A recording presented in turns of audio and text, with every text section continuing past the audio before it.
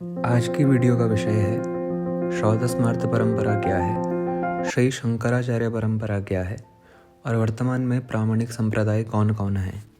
शौध एवं स्मार्त इन दोनों ही शब्दों का प्रयोग लोक में और शास्त्र में प्रचलित है। इन दोनों में समानता यह है कि शौध कर्म एवं स्मार्त कर्म दोनों ही कर्मों का आधारभूत ग्रंथ जो है वह वेद है, अर्थात दोनों ही प्रकार के कर्मों का वर्णन वेद में मिलता है। साथ ही यह भी जान लेना चाहिए कि जो व्यक्ति शौत है वह आवश्यक रूप से स्मार्त होगा ही, इसका वर्णन आगे किया जाएगा। इन दोनों में ही भिन्नता यह है कि जो शौत कर्म हैं उनका विधान एवं विधि दोनों ही वेद में अथवा शौत सूत्रों में वर्णित है। अर्थात यदि वेद आज्ञा करता है कि स्वर्गकामो ज्योतिष्टोमेन यजेत, ज्योतिष्टोमेन स्वर्गकामो यजेत, अर्थात जो स्वर्ग की इच्छा करने वाला व्यक्ति है वह ज्योतिष्टोम नामक यज्ञ से यजन करे, तो इस ज्योतिष्टोम का आदेश भी वेद दे रहा है और साथ ही ज्योतिष्टोम की विधि जो है वह वेद के ब्राह्मण भाग में एवं शौत सूत्रों में वर्णित है। इस कारण इस अग्निहोत्र, ज्योतिष्टोम, अश्वमेध इत्यादि यज्ञों को शौत यज्ञ कहा जाता है। तो शौत कर्म मुख्य रूप से यज्ञ ही है। स्मार्त कर्म उन कर्मों को कहते हैं जिनका संकेत तो वेद करता है, जिन्हें करने का निर्देश तो वेद करता है, किंतु उनका व्याख्यान जो है वह गृह्य सूत्रों में अथवा स्मृतियों में मिलता है। उदाहरण के लिए वेद आज्ञा करता है आरहा संध्याम उपासित, व्यक्ति को प्रातः काल एवं सायंकाल संध्या करनी चाहिए। यह आज्ञा वेद की है, किंतु संध्या विधि वेद में वर्णित नहीं है। संध्या विधि या तो स्मृतियों में या तो तत्त शाखा के गृह्य सूत्रों में वर्णित है। इस कारण संध्या वंदन स्मार्त कर्म है। ठीक उसी प्रकार विवाह इत्यादि के मंत्र वेद में वर्णित हैं, किंतु विवाह की विधि वेद में वर्णित नहीं है। इस कारण विवाह इत्यादि स्मार्त कर्म है, अर्थात अग्निहोत्र, ज्योतिष्टोम इत्यादि शौत कर्म एवं विवाह, उपनयन इत्यादि स्मार्त कर्म कहलाते हैं। इससे यह जान लेना चाहिए कि यदि किसी व्यक्ति को अग्निहोत्र का अधिकार चाहिए तो उसे सर्वप्रथम उपनयन, तत्पश्चात वेदाध्ययन, तत्पश्चात विवाह करवाना आवश्यक है। यह सभी स्मार्त कर्म हैं, अर्थात स्मार्त कर्मों को करने के पश्चात ही शौत कर्मों का अधिकार व्यक्ति को मिलता है। महाभारत, मत्स्य पुराण, ब्रह्मांड पुराण इत्यादि में शौत एवं स्मार्त कर्मों का वर्णन मिलता है। महाभारत में कहा गया है कि दानाग्निहोत्रमिज्याजा शौतश्ये तद्विलक्षणम स्मार्तो वर्णाश्रमाचारो यमैश्या नियमैर्युतः, अर्थात दान, अग्निहोत्र आदि यज्ञ यह शौत के कर्मों के लक्षण हैं तथा यम एवं नियम से संयुक्त जो वर्णाश्रम धर्म है वह स्मार्त कर्मों का लक्षण है। अर्थात क्षत्रिय, वैश्य, शूद्र, ब्राह्मण इत्यादि के लिए जो धर्म विहित हैं वे स्मृतियों में विस्तृत रूप से प्रतिपादित हैं। वायु पुराण में कहा गया है कि विज्ञया श्रवणात् श्रौतः स्मरणात् स्मार्त उच्यते, अर्थात श्रवण किए जाने के कारण यह शौत कर्म कहलाते हैं। जिस प्रकार से ऋषि इत्यादि वेदों का श्रवण करते हैं और श्रवण करने के पश्चात उन वेदों में जो कर्मकांड प्रतिपादित हैं उनका अनुष्ठान करते हैं, इस कारण श्रुति परंपरा से ही वे कर्म हमें प्राप्त हैं। इस कारण उन कर्मों को शौत कर्म कहते हैं। स्मरणात् स्मार्त उच्यते, अर्थात कल्प के प्रारंभ में अथवा मनवंतर के प्रारंभ में वेद आधारित जो पूर्व के नियम परंपरा से अनादिकाल से चले आ रहे हैं, ऋषि इत्यादि उनका स्मरण करते हैं। वेद के आधार पर वर्णाश्रम की व्यवस्था, समाज की व्यवस्था इत्यादि स्थापित करते हैं। इस कारण पूर्वकल्प के धर्मों का स्मरण करने के कारण वे स्मार्त कर्म कहलाते हैं। इसी क्रम में शौत स्मार्त परंपरा के अंतर्गत ही श्री शंकराचार्य परंपरा आती है।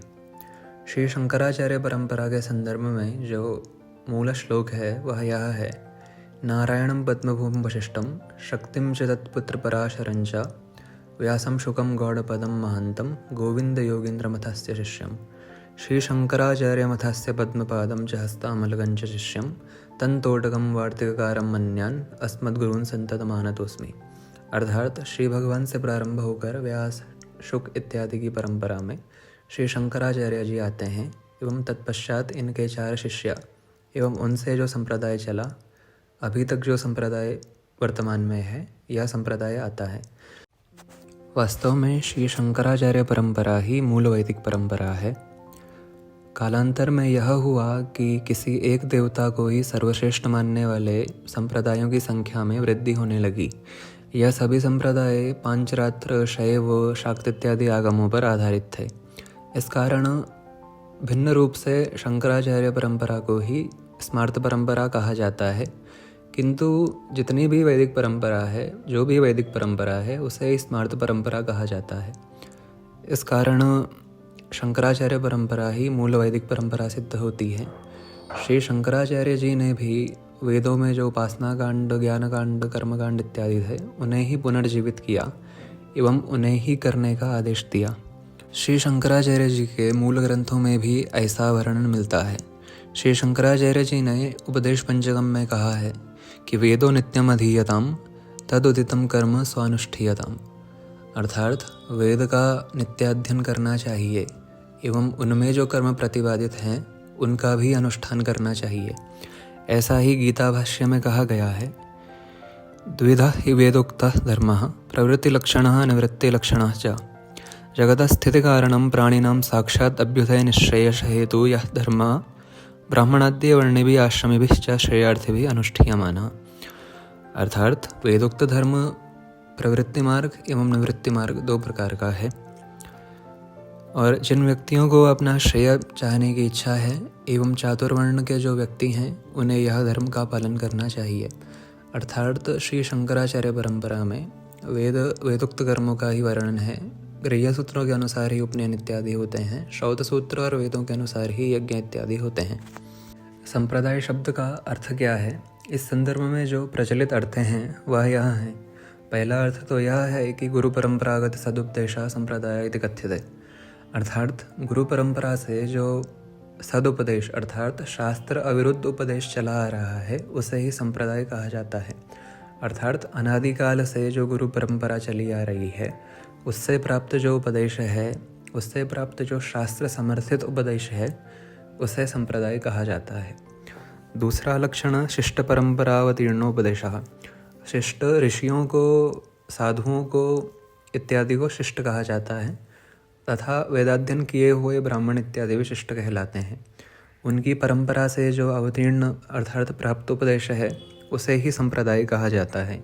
तो इन संप्रदायों के क्या क्या भेद हैं, वर्तमान में कौन कौन से संप्रदाय हैं, उनमें से कौन कौन प्रामाणिक हैं इत्यादि का वर्णन आवश्यक है। संप्रदायों को सरलता से समझने के लिए उन्हें 3 विभागों में दर्शाया गया है। पहला वेद शाखीय संप्रदाय, जिसमें ब्रह्म संप्रदाय एवं आदित्य संप्रदाय आते हैं। ब्रह्मा से ऋषि मुनियों से आचार्यों तक जो परंपरा चली आई है वेद शाखाओं की, उसे ब्रह्म संप्रदाय अंतर्गत माना जाता है। आदित्य संप्रदाय में वे वेद शाखाएं आती हैं जिन्हें भगवान सूर्य द्वारा याज्ञवल्क्य को प्रदान किया गया, जिसमें शुक्ल यजुर्वेद की 15 शाखाएं, अथर्ववेद की शौनक शाखा, सामवेद की गौतम शाखा एवं ऋग्वेद की सांख्यायन शाखा आती है। इस प्रकार आदित्य संप्रदाय, ब्रह्म संप्रदाय यह वेद शाखीय संप्रदाय हैं। किसी व्यक्ति ने, चाहे वो किसी भी संप्रदाय का हो, दार्शनिक संप्रदाय हो, आगमिक संप्रदाय हो, तांत्रिक मांत्रिक कोई भी संप्रदाय हो, किसी ने यदि प्रामाणिक रूप से वेदाध्ययन किया है तो वह इन 2 ही संप्रदायों के माध्यम से वर्तमान में भी किया जा रहा है। जो वेदाध्ययन की अनवरत परंपरा है वह इन 2 ही संप्रदायों के माध्यम से विद्यमान है। इसमें शाखा भेद के अनुसार व्यक्ति के कर्मों में भेद होता है। जैसे शुक्ल यजुर्वेद की माध्यन्दिनी शाखा का अनुयायी पारस्कर गृह्य सूत्र के अनुसार अपने कर्म करता है, ऐसे ही तत्त अनुयायी तत्त शाखा के अनुयायी तत्त कर्म करते हैं। इस दार्शनिक संप्रदायों में मुख्य रूप से 6 दर्शन जो हैं उनके अनुयायी आते हैं। साथ ही वेद के जो वेदांग हैं उनमें भी व्याकरण, निरुक्त इत्यादि का संप्रदाय प्रचलित है, किंतु मुख्य रूप से यह 6 संप्रदाय हैं: योग, सांख्य, न्याय, वैशेषिक, मीमांसा एवं वेदांत। इन 6 दर्शनों का संप्रदाय जो गुरु परंपरा से उपदेश प्राप्त है वह दार्शनिक संप्रदाय कहलाता है। आगमिक संप्रदायों में भी दार्शनिक अंश बहुत विद्यमान होते हैं। जैसे वैष्णव इत्यादि संप्रदायों में वेदांत के अनेक अंश विद्यमान हैं, न्याय के अनेक अंश विद्यमान हैं, सांख्य के अनेक अंश विद्यमान हैं। लेकिन पूर्व काल में भिन्न भिन्न संप्रदाय के अनुयायियों का भिन्न भिन्न अस्तित्व देखने को मिलता था, अर्थात उनकी संप्रदाय परंपरा जीवित थी। किंतु वर्तमान में योग, सांख्य, न्यायिक, वैशेषिक, मीमांसक इत्यादियों का संप्रदाय देखने को नहीं मिलता। भले ही संप्रदाय के ज्ञानी अनेक बचे हैं, संप्रदाय परंपरागत उपदेश भी उपलब्ध है, किंतु अलग रूप से कोई मीमांसक संप्रदाय हो, उसके अनेक अनुयायी हों, ऐसा देखने को नहीं मिलता। यही स्थिति न्याय दर्शन, सांख्य दर्शन इत्यादि की है। वेदांतियों में, शक्तों में, वैष्णवों में इन संप्रदाय के, इन दर्शनों के विद्वान पाए जाते हैं। कालांतर में सभी विद्वान इन संप्रदायों में ही इनका अंतर्भाव हो गया। तो इस प्रकार से दार्शनिक संप्रदाय या 6 संप्रदाय तो हैं ही, साथ ही व्याकरण, निरुक्त इत्यादि के संप्रदाय भी, एवं अनेक संप्रदाय सर्वदर्शन संग्रह में वर्णित हैं।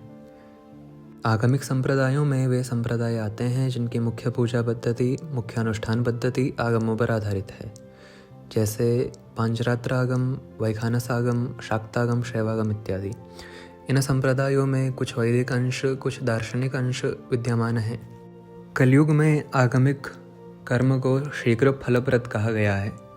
इस कारण इन सभी संप्रदायों के अनुयायी अभी भी विद्यमान हैं एवं बड़ी संख्या में विद्यमान हैं। अतः सार यह है कि कोई भी संप्रदाय हो, वे ब्रह्म संप्रदाय अथवा आदित्य संप्रदाय के अंतर्गत ही वेदाध्ययन करते हैं एवं तत्पश्चात वे अपने अपने संप्रदायों में दीक्षित होते हैं।